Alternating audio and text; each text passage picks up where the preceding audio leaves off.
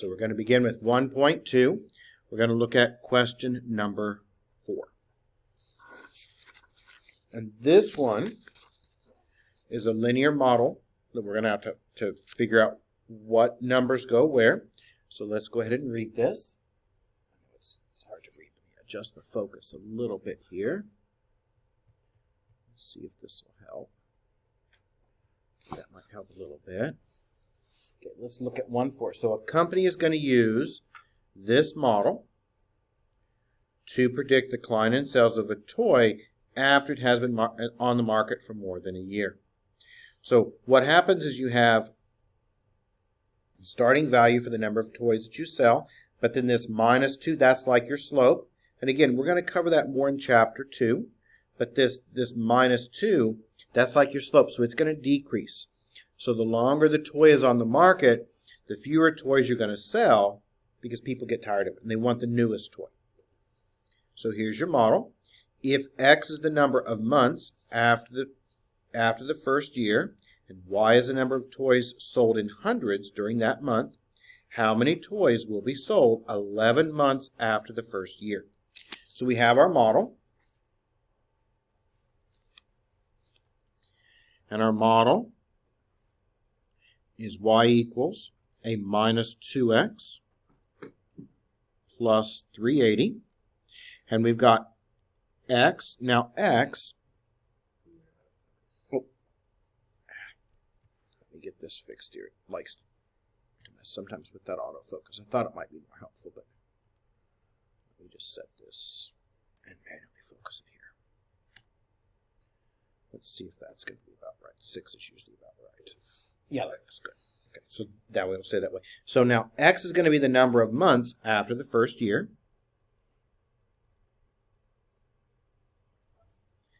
Okay, so that's going to be your number of months after the first year. And Y is the toys sold. But we have to be careful because that's in hundreds. So we're going to have to take whatever we get for the number of toys sold, and we're going to have to multiply that by 100 because it's in hundreds. So now what do we want on this one? Okay, well, we want to predict this, and we want to see how many toys are going to be sold 11 months after the first year. So 11 months.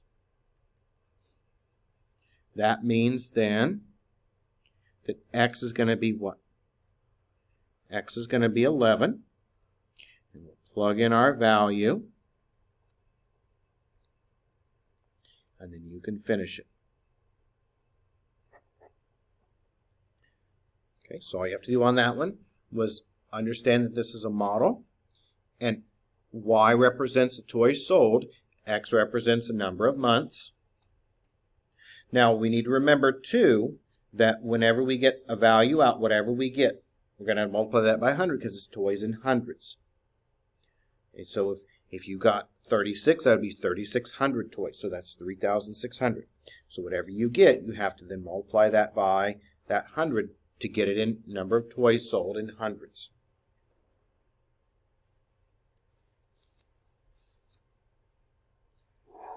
So is everyone okay with that?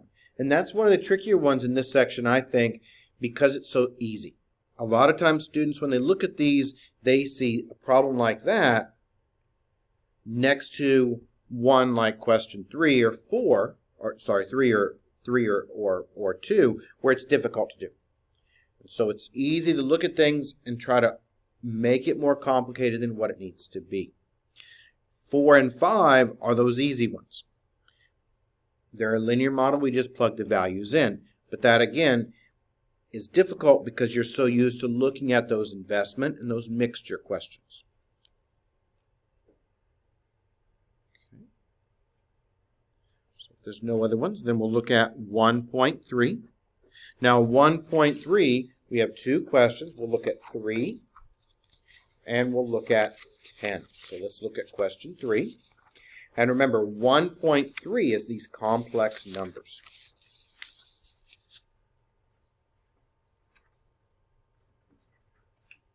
And what we have for question 3 is we need to identify what this is. Okay, so when we look at this square root of negative 7, what do we know? Well, the negative is underneath our root, right? We can't break down the 7, but that's going to come out as I square root of 7, right? Now, we need to classify what this is. So when we look at things, what do we know? Well, we have to ask ourselves this first question. Is it real or is it non-real? Okay, it's going to be non-real. Why is it non-real? Because the I. Now, is it pure imaginary? In this case, it would be. So what's the difference between non-real complex and pure imaginary? Well, pure imaginary only has an imaginary component. There's no extra real part. See, this I, this is all one component here, one piece. And so since it's one part only, the I goes with it, and that's pure imaginary. If it would have been like 5 plus I square root of 7, then that would be non-real complex. But this is pure imaginary. Now, if it's pure imaginary, it's everything else above that. So it's pure imaginary. Pure imaginary numbers are also non-real complex.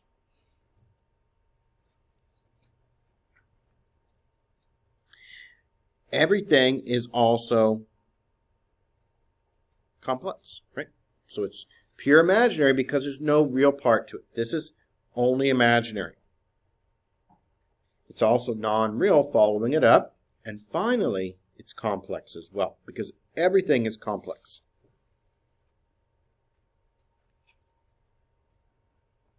Question 10.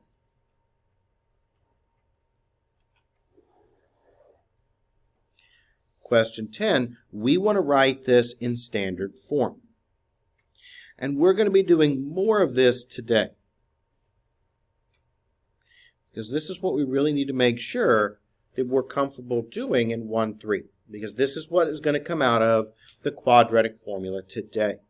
So today we're going to be working with this in the quadratic formula. Now, what we need to do is we need to first begin to break up that square root. So we're going to break up 12, and 12 breaks up into 3 and 4, and then 2 and 2. Now, whenever we break up these roots, what do we want? We want these pairs. So that's going to come out as a -2 in front. It stays there. We have a 2 that comes out from here. We have an I. Why do we have an I? Because the negative there. And what's left over underneath that root? 3. And that is now all over 16. Is everyone okay with that so far? So we just broke up that -12 underneath the root. And that came out as a 2. It has an I because it's imaginary, because that negative. And the 3 is left over, so it's underneath that root. Now, when we write these, we need to break that up, and we need to make sure that we write it in standard form. In standard form, we separate out the real part from the imaginary part. So the real part is -2 over 16. Then we have a plus 2i square root of 3 over 16. Now we can reduce. So -2 over 16, that reduces down to a -8. You do reduce them individually. On the next part, the imaginary part, we've got a 2 and we've got a 16. So those can cancel. And we'll leave this then as the square root of 3. And 2 and 16 cancel over 8. Now, you can put the I either in front or behind the fraction. Normally when we have a fraction like this, I'll put it behind.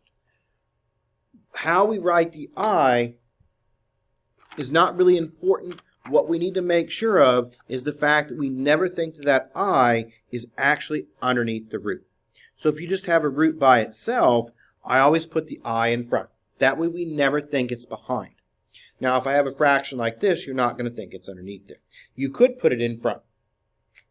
The only important component is to make sure that you understand and realize, like here, that that I is not underneath that square root. The I is separate from it. So we have to make sure we place it in such a way that you never think that it is actually part of the square root. So on a fraction like this, I could put it behind. You could also put it in front. Normally, though, on this, we'd put it behind. Okay. And I picked question, I think it was question 3 out of 1-4 as kind of a review. And I also wanted you to see a shortcut here. Something that's going to make your life a little bit easier when we go to solving these equations. So we're going to be looking at 1-4. We're going to be looking at question 3. Now, you could solve it with a zero factor, just like you would have before. Set it at 0, factor. However, we can make our life a little bit easier here. And what we can do before we do anything else is we can look at all of our numbers. So what do we have for our coefficients, our numbers in front? We have a 2, we have an 18, and we have a 36, right? Now, when we factor, the smaller the numbers, the easier it is going to be to factor. So these all have a 2 in common, don't they? So before we do anything else, let's go ahead and divide everything by 2, because we can do that. Whatever we do to one part, if we do to everything else, that's okay. It still preserves equality. So in this case, before I even move things around, I say to myself, I see a 2 here, so let's go ahead and just divide everything by a 2. That is going to make my number smaller. It's going to make it easier to work with. You don't have to do that, but it will make it easier to factor, because now we have x squared equals a minus 9x and a minus 18. So now instead of working with a 2 and a 36, we only have to work with a 1 and an 18. So it's going to make it a little bit easier. We're going to, again, solve it with zero factors. So we're going to set this equal to 0. So we're going to move everything over. It needs to be moved over.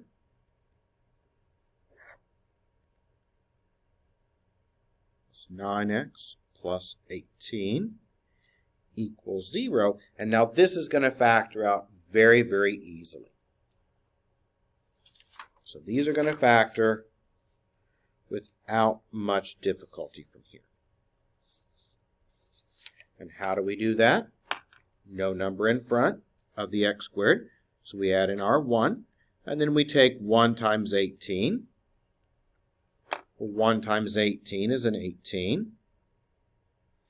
And we need two numbers that multiply together to give you 18. In this case, 18 is positive. Sign in the middle is positive, so they're going to be the same. So they'll both be positive. We need two numbers that multiply together to give me 18. Add together to give me 9. What two numbers would multiply together to give me 18? Add together to give you 9. Does anyone know? Okay, 6 and 3. So we're going to use a 6 and a 3 here. Now, here's the next part. Because we have the 1 in front, do we have to do factor by grouping now? No, because that 1 in front, that saves us a step. If you didn't get rid of the 2, you would have to factor by grouping. But we got rid of it, so we can now jump to our factors. All right, and what are our factors? Well, they are x plus 6, right? And x plus 3. Commonly made mistake is students look at this and they say my answers are 6 and 3. That is not correct. That is not your final answer. So for your final answer, what do? You set each individual component to 0.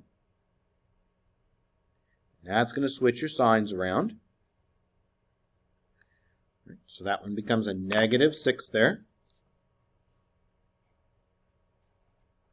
And what about the other one? The other one is x plus 3 equals 0, right? So x now equals a negative 3. So those are the two solutions. to that particular problem. But by factoring out that 2, dividing it out, that saves you from factor by grouping, and it also makes the numbers much, much easier to deal with. The smaller the numbers when you factor, the easier it is. So last time we learned about zero factor. And there are 2 more ways that we can solve these equations. Zero factor does not work in every single case. It works in a lot of cases, but there are many times in where you cannot factor something. The next technique we're going to look at is going to be using the square root property.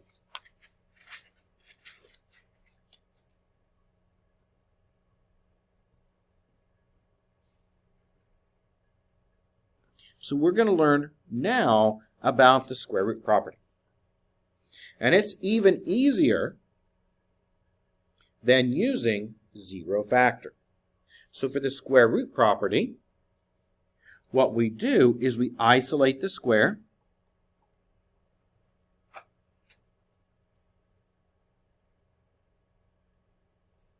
Once it's been isolated, then we take the square root of both sides.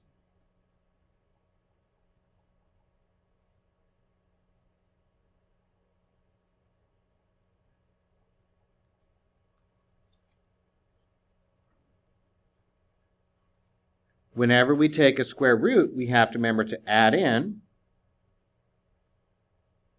a plus or minus, because you're going to get 2 solutions. These are squared, so they give you 2 solutions. So you add in that plus or minus. And then step number 4 is finally just solve for x. So this is going to be using our square root property. And this, again, works in some cases whenever you have a single square by itself. And it's actually very easy to do. So let's try to solve a few of these. We'll first start off with a very, very easy one.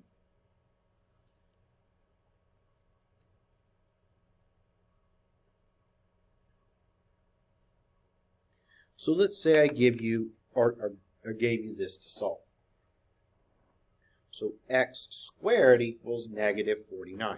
Now, we use a square root property when we just have a square by itself. And this brings back what we learned in 1-3.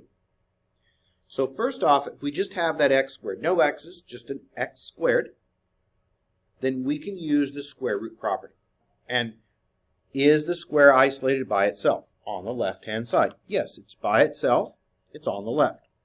Now, what do we need to do next? We take our square root. So we're going to go ahead and take our square root. Now, whenever you take a square root, you have to make sure that you add in a plus or minus, because you're going to get 2 solutions. Your power is 2, so you're going to get 2 of them. 1 positive, 1 negative. And what happens when I take the square root of a square? Well, a square root and a square, they're opposites, so they cancel each other out. So that leaves us with an x, and that equals then plus or minus. Now, let's remember from last week about 49. We know 49 is a perfect square, right? And what else do we learn about that negative? The negative underneath the root makes it a what? I, right? Remember that? So that is plus or minus 7i. You can leave the answers like this, but normally what I do, just so you understand that there are 2 answers, 2 separate answers, is I break it down and write both of them out. So you get now x equals 7i, and because of the plus or minus, you also get x equals a minus 7i. So whenever you use the square root property, you get 2 solutions. Whenever you take the square root, you may have to break it down. If it's negative underneath the square root, then that becomes imaginary. We learned that last time. So those will be your 2 answers on that one. Let's try another one.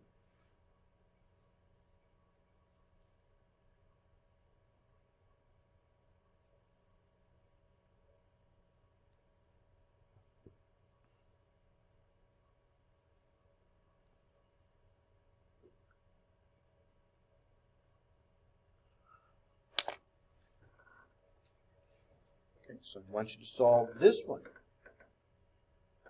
using the square root property again. Now, why am I going to use the square root property?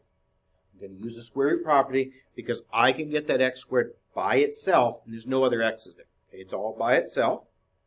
If that would have been a 72x here, I would have to set it 0, and I would have to use 0 factor.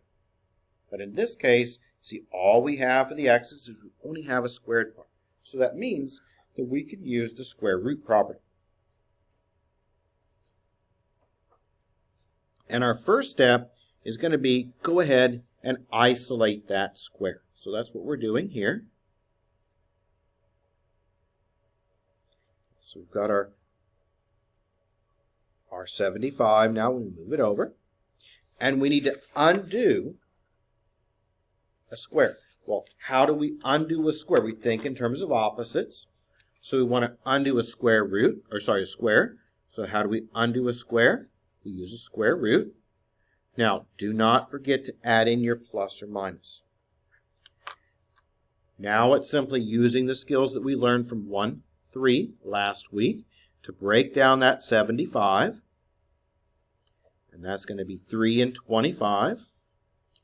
And 25 is a perfect square of 5 and 5.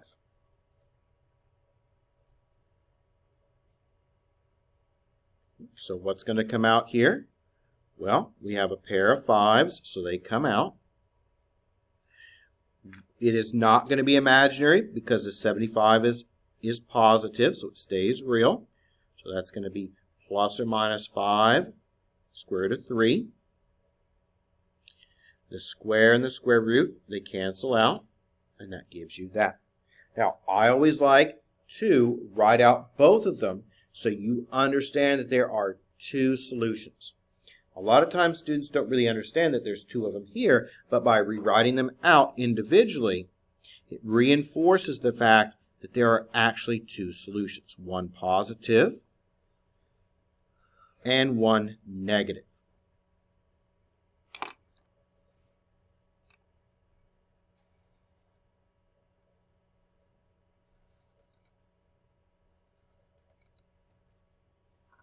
So there is our two solutions, one positive and one negative.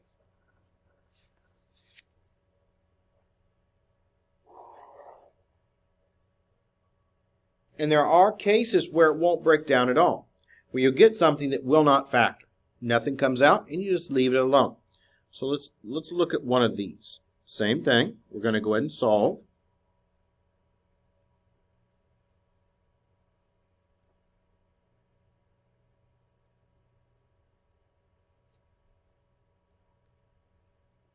So let's say I gave you this. Now, all we have here is we have an x squared, so there's no other x's. So we're just going to add this 23 over. And now we have x squared equals 23. And I picked this one because there are times when you take a square root, it may not break down at all, and that is okay. Because when we take the square root, we add in our plus or minus. But 23 is not going to break down. There's nothing inside of 23 that's factorable, right? A 3 doesn't go in there. A 7 doesn't go in there. 23 cannot be broken down. If it cannot be broken down, that's okay. That just means our two solutions are going to be the square root of 23 and also minus the square root of 23. We get two of them because of the plus or minus.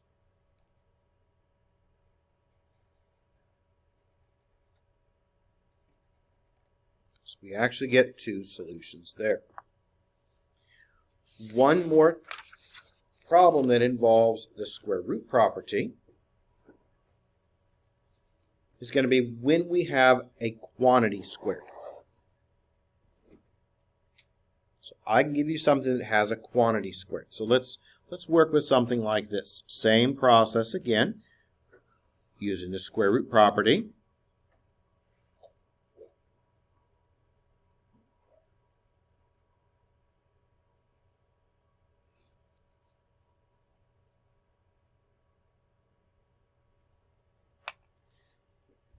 And let's try to solve this one. Now, the difference here is this is not just an x squared. This is actually a quantity squared.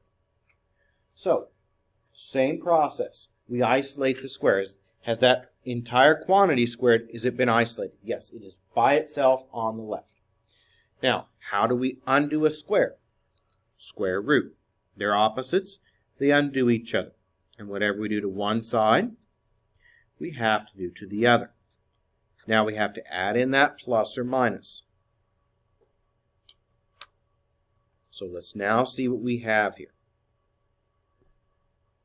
Square and square root, they cancel out. So that leaves you with a 3x minus 7.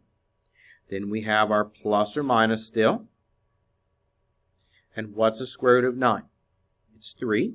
Okay, but it's negative, so that's actually a what? That's actually a 3i. We're going to move things around, so I'm going to add that 7 over. And we now have 3x equals 7 plus or minus 3i. I cannot put the 7 and the 3 together because that's a real number, and that's imaginary. We keep the plus or minus. We're going to now divide this by 3. We're going to rewrite it. And now we're going to use the skills that we learned to simplify this down from 1, 3. Because remember, at the very beginning of class today, we did one of these, at question 10, where we had to break it down and write it in standard form. So we got to this point. Now we need to break this down, and we're going to see more of these when we use our quadratic formula. We break it down into two separate parts. So we have 7 over 3 plus or minus, and you keep that, 3 over 3i. And what do we know about 3 over 3? It's 1, so it can be canceled out. So that's 7 over 3 plus or minus i. And whenever we have the plus or minus, we write out our two solutions. So they're going to be 7/3 plus I. And the other one is 7/3 minus I.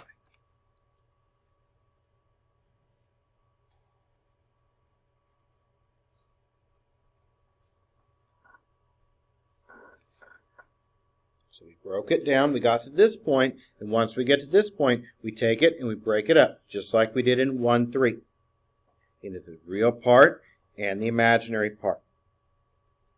Then we go ahead and reduce it down as much as we can, and I always like to break it up into the two separate pieces. Sometimes the textbook leaves it as one fraction. I don't like to do that. I like to break it down and reduce it. Try to get it in standard form. I think we'll do one more just to make sure we really understand the square root property before we move on to the quadratic formula. So let's do one more.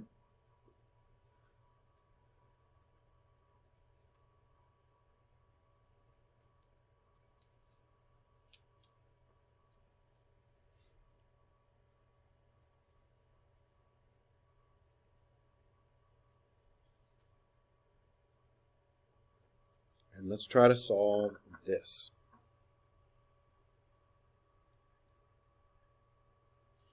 Well, what property are we going to use? We're going to use the square root property. Why? Why are we going to use the square root property? Because this is a quantity squared. You could write it out, FOIL it, and do all that work and solve it a different way, but why do that when it is set up for direct use of the square root property? Because whenever the left side is squared, you can undo that with the square root. And in a later section of this chapter, you're going to learn that you can undo a cube with a cube root and a fourth with the fourth root. But right now, we're just focusing on a square. And what undoes a square is a square root. And whenever we do that, we add in that plus or minus. The square and the square root, those cancel out, okay, because they're opposites, so they're gone. So that is then 8x plus 9 equals plus or minus the square root of 13. I picked this one because 13 will not break down. Sometimes they will, Sometimes they won't. I'm going to go ahead and solve this for x, so I'm going to move that 9 over. So 8x equals now minus 9 plus or minus the square root of 13. We're going to divide everything by an 8. Write it one more time before we break it up. So that's x now equaling minus 9 plus or minus the square root of 13 over 8. And I still like to break it down. I'm going to break this down into two fractions. I always do that. I do it the same way every time. Doesn't matter whether it's a real part like this one or a complex or non-real complex number like we did a moment ago. You're going to want to break this down into separate fractions. And in some cases, they reduce. However, this one does not reduce, does it? Right, because 13 over 8 we cannot cancel out because the 13 is underneath the root. 9 over 8, well, 9 and 8 have nothing in common. So once we've gotten to this point, I like to write out my two separate answers. So they're going to be 9 over 8 plus the square root of 13 over 8. And also the negative 1, which is minus 9 over 8 minus the square root of 13 over 8. And this one looks very, very similar to question number 19 from your homework. Just different numbers is all, but very, very similar.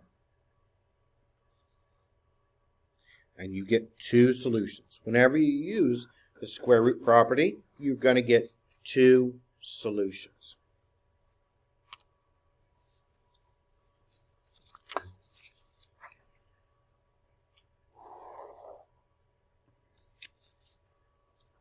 Now we're going to move on, and we're going to look now at the quadratic formula.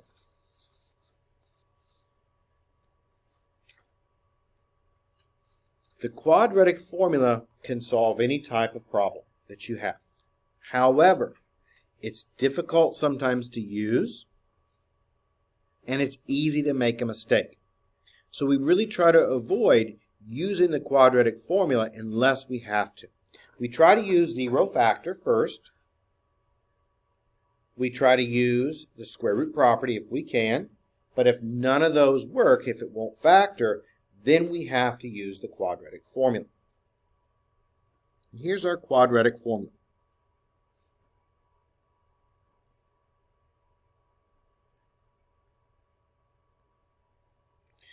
Now, to use the quadratic formula, your equation must look like this.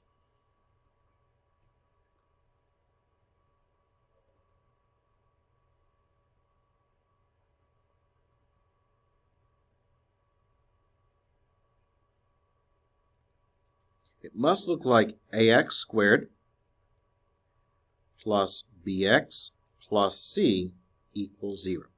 It has to be set to 0. It has to be in the correct order. So it has to look like that. That's your first step, is to make sure that it looks like this. It has to be set to 0. The terms have to be in the correct order. Now, our quadratic formula is then x equals minus b plus or minus the square root of b squared minus 4ac all over 2a. So that is our quadratic formula.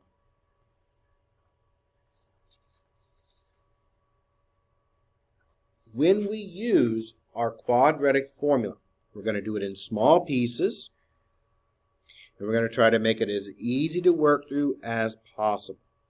It's kind of intimidating if we just plug the numbers in and try to work with it. So we're going to plug them in, we're going to separate the parts out into individual pieces, do each piece, and then put it all back together at the end. So this is our quadratic formula. So let's go ahead and solve several of these using the quadratic formula.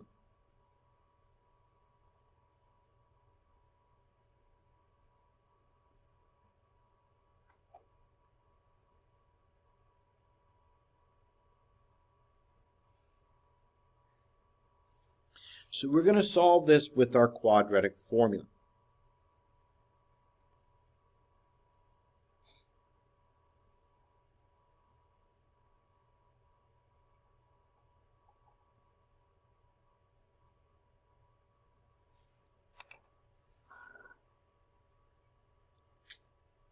Now the quadratic formula will work with everything. Doesn't matter what type of equation it is, whether it's factorable or not, it will work. So, first thing we need to do is we need to set this to 0. So let's go ahead and move that 3 over, and we're going to set this to 0.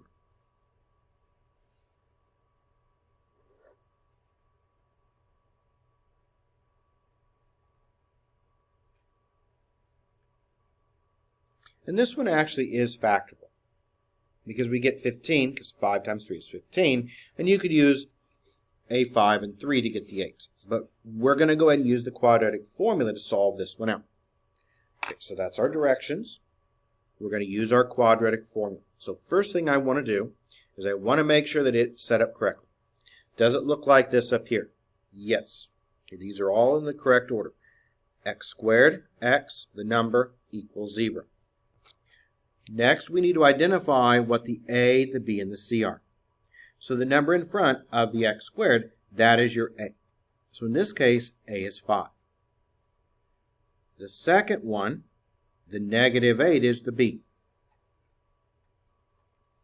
And the last piece, that c, is going to be that 3.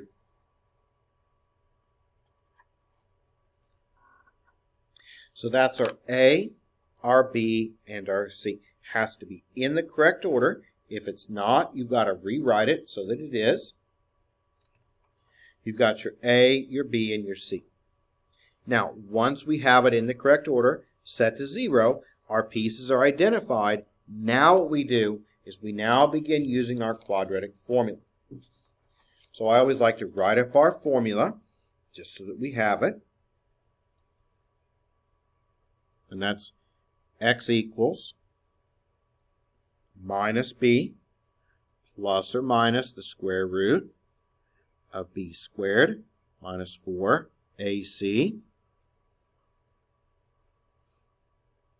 all over 2a.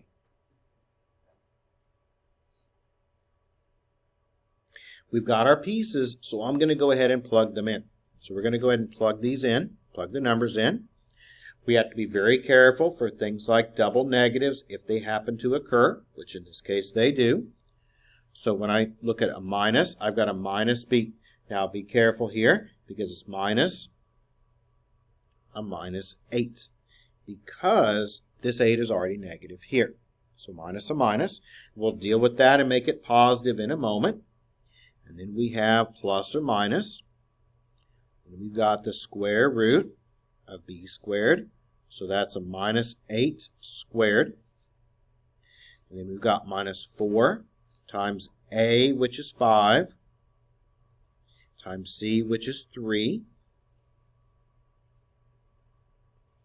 And that's all going to be over 2 times a, which in this case is 5. So what I did here, and I'll slow down. We're going to go through this one very, very slowly.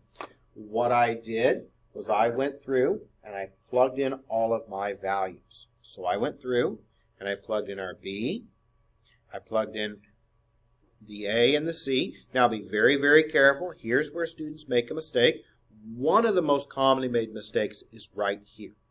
Students will forget that since this is a minus B and that's a minus 8, that I have to use a double negative. So I like to go ahead and break that down. So I'm going to rewrite it. And let's go ahead and do some of it at a time. We'll do the small pieces first. The double negative, that's going to make that now a positive 8. And then we still have our plus or minus. We've got a 2 times 5, which that is a 10. Now, with the root, we're going to do it separately. So I like to break it down. So this part got broke down here. We're going to deal with the root separately. And the discriminant is what's underneath that root. So if you see this term, Discriminant just simply means what is under the root.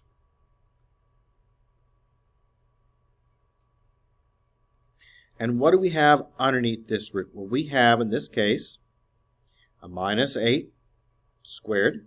We have a minus 4 times 5 times 3. And sorry about that. Also, when I rewrite it, I'm going to leave that square root. So that square root's going to be there as well. We will come back and write it in. All right, but that's still going to be there. We're going to work with this part first. So the discriminant is what is underneath this root. So I write it out separately, and now I work it through. Watch your order of operations. So order of operations, we square first. We work from left to right. So negative 8 squared, watch your signs. When you square negative 8, it becomes a positive 64. And then we have 4. We multiply here, right? We multiply here. We've got 4 times 5 times 3. The negative comes down, and that's going to make that a negative 60. Now we have our multiplication and our exponents done. 64 minus 60, well, that makes it a 4. Is everyone okay with this so far? Does everyone see what we're doing here? Watch your signs. Take your time. Watch for sign errors.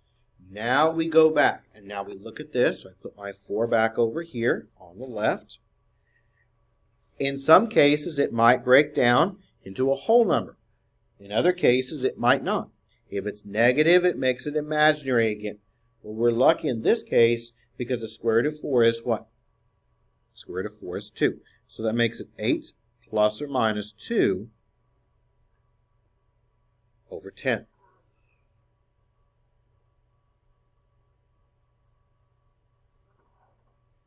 Now, I can add the 8 and the 2 together, but we have a plus or minus. So let's write these out and get our 2 final answers. So I can take this and I can break this up into 8 plus 2 over 10. And our other one is going to be 8 minus 2 over 10, right? Because the plus or minus, we have no square roots left, so they can actually go together. 8 plus 2 is 10, and 10 over 10 is 1. So my first solution is 1. Repeating the process on the other one. 8 minus 2, well, 8 minus 2 is a 6 over 10, and 6 over 10, reduce down if you can. 6 over 10 reduces down to 3/5.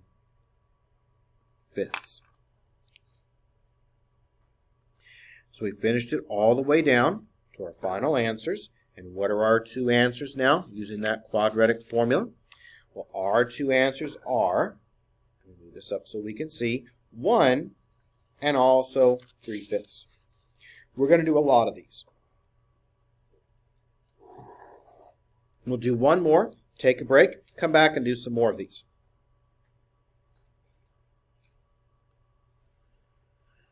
So let's do another one.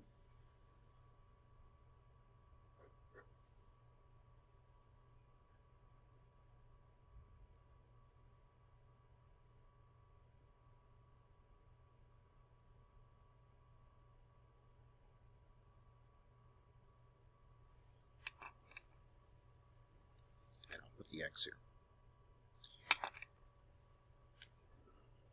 So let's try and solve this one.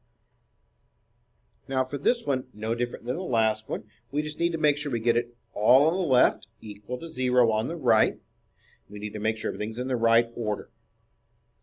So I'm going to go ahead and add that 10x over.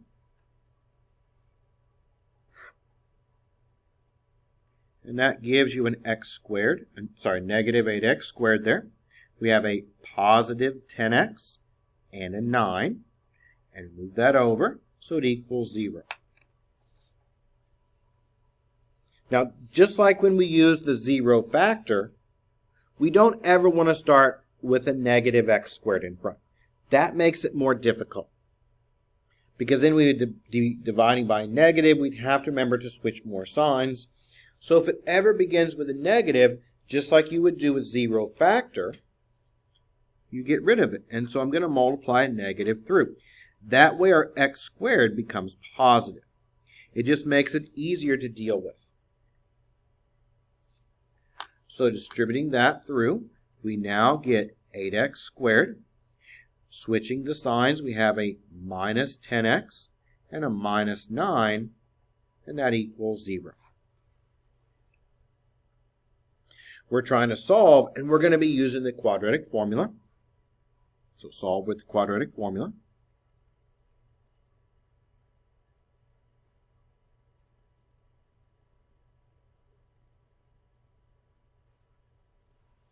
So that's what we're going to be doing. We need to make sure we get our A, our B, and our C. A goes with the 8, right? Watch your signs here. The B is, again, that negative 10. I always like to circle the negative so I don't lose it. It's easy to do that. C is going to be that negative 9. So there's our A, our B, and our C. Is everyone okay with that so far? Just identify the pieces. Now we just simply use our formula. So I always like to write that formula down. Every time I use it, it just reinforces it, and I don't have to look it up. If I have it there when I'm working out a question, I can just quickly refer back to it. So here's our formula. X equals minus B plus or minus the square root b squared minus 4ac all over 2a. So that's our formula. Now, just like the previous one, we're going to plug in our values. So we'll plug in our values.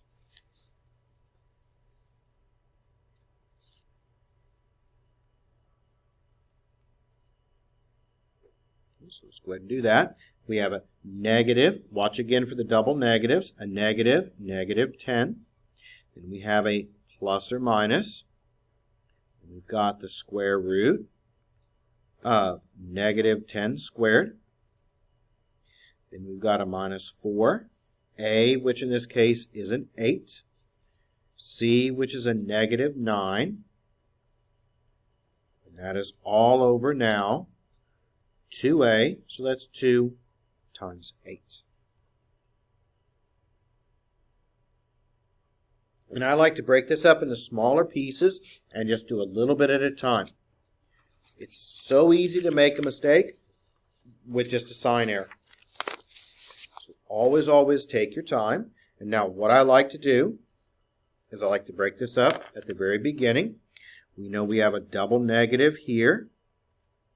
So rewriting that, and I'm going to split my paper now. This is going to be my answers over here. This is going to be my work. So double negative makes it a positive 10. And we have a plus or minus. I'm going to keep that square root because we're going to fill in what's underneath in a moment. And 2 times 8, 2 times 8, that's a 16. We'll do our discriminant separately.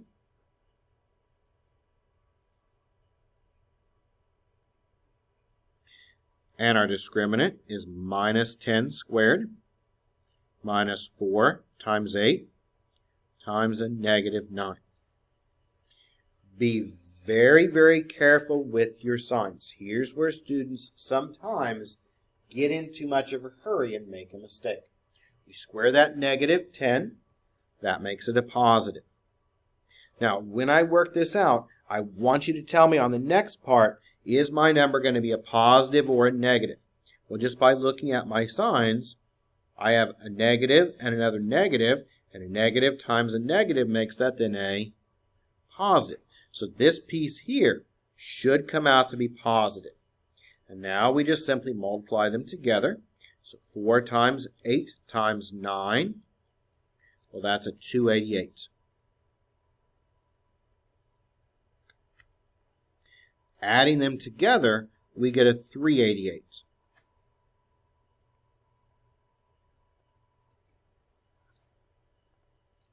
Is everyone okay with that so far? Now this one is a little bit more complicated than the last one, because the last one, remember, we had that square root of 4, and the square root of 4 was 2, so it was easy. This one, we need to break up that 388. So we need to try to break this down a bit. So let's see how we can break up the 388. When I look at this, I see that it's an even number. So that means it has to have at least a 2. Let's try a 4. 4 is a perfect square, so let's see if a 4 goes in here. And it does. 4 and 97, right? You could have used a 2 as well, but I went ahead and said, well, if 2 goes in there, let's see if 4 does. And then we've got 97 and 97. 3 doesn't go in there. 97, 13 doesn't go in there. I don't think 97 is going to break down anymore at all, because nothing is really going to go in there. 3 won't, 7 won't, nothing goes in there, right? 7 won't go in there either. So 97 is not going to break down, but what about the 4? 4 is 2 and 2, so those come out. So now we have 10 plus or minus. 2 comes out. We've got the square root of 97, and that is all over now 16.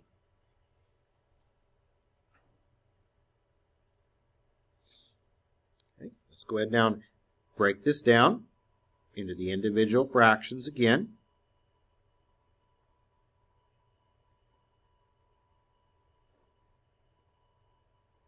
And we might be able to reduce it a bit. This one actually does reduce down.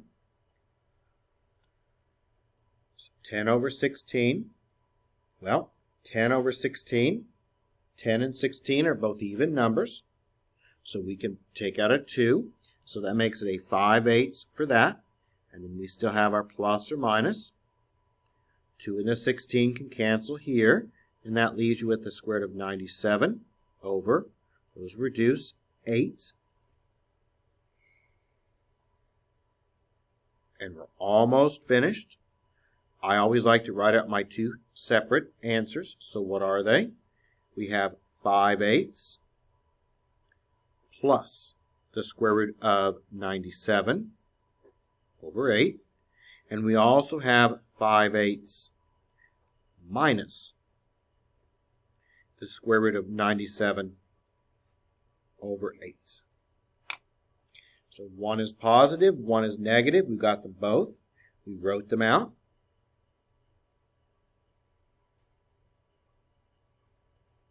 So that's going to be our 2 solutions. So let's go ahead now and take a short break. And we'll meet back here at 9:45. So meet back here in about 10 minutes. And we'll do some more of these quadratic formula type of questions.